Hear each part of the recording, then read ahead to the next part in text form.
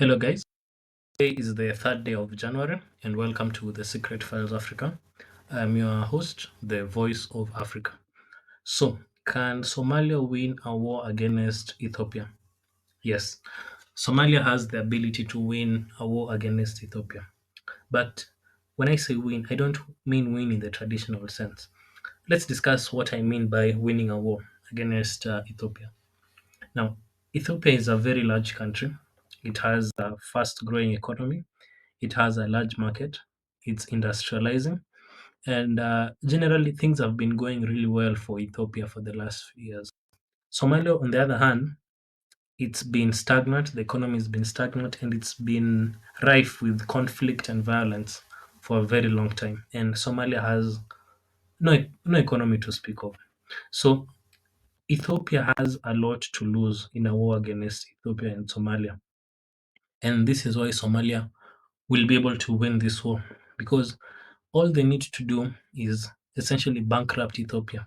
And the Ethiopian people will have to sit down and think and decide the war will is whether the war is worth their while essentially.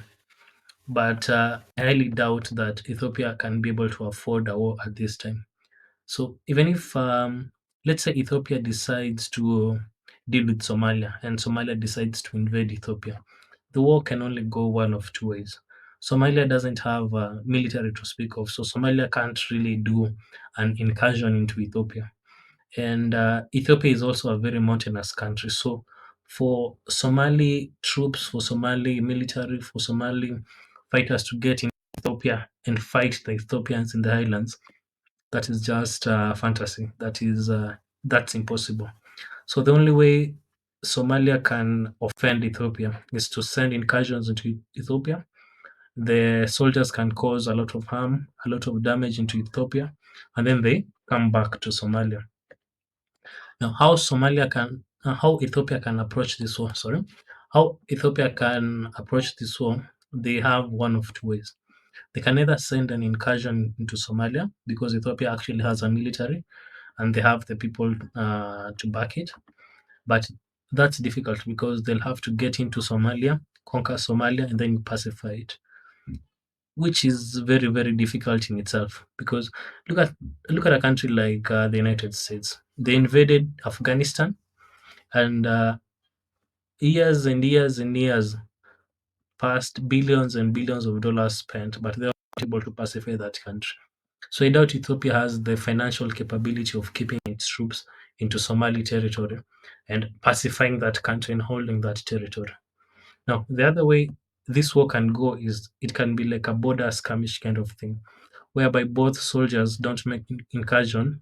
Sorry, whereby both countries don't make incursions into each other's territory, but they they keep a substantial military force along the border, which is which Ethiopia won't be able to do because number one, it will be really expensive for Ethiopia, and I doubt there is a foreign financial entity out there that is willing to loan Ethiopia money for that kind of endeavor. But they will have to keep their soldiers along the border between it and Somalia, and those soldiers need to eat, they need to be paid, etc.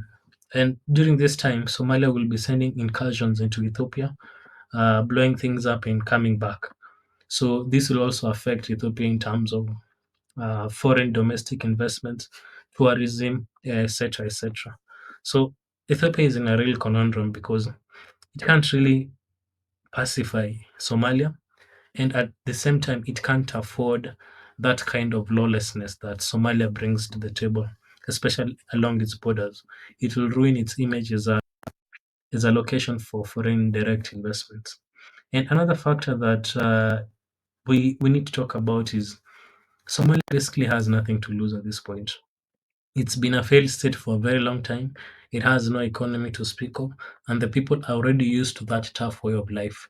I doubt the Ethiopian middle class will be happy with going from a developed nation, a developing nation, a growing nation, all the way back to a struggling nation. I really doubt the Ethiopian middle class will be able to stomach that because they'll have to give up all the benefits they've gained. They'll have to give up their jobs. They'll have to give up their economic progress, and which is quite difficult to do.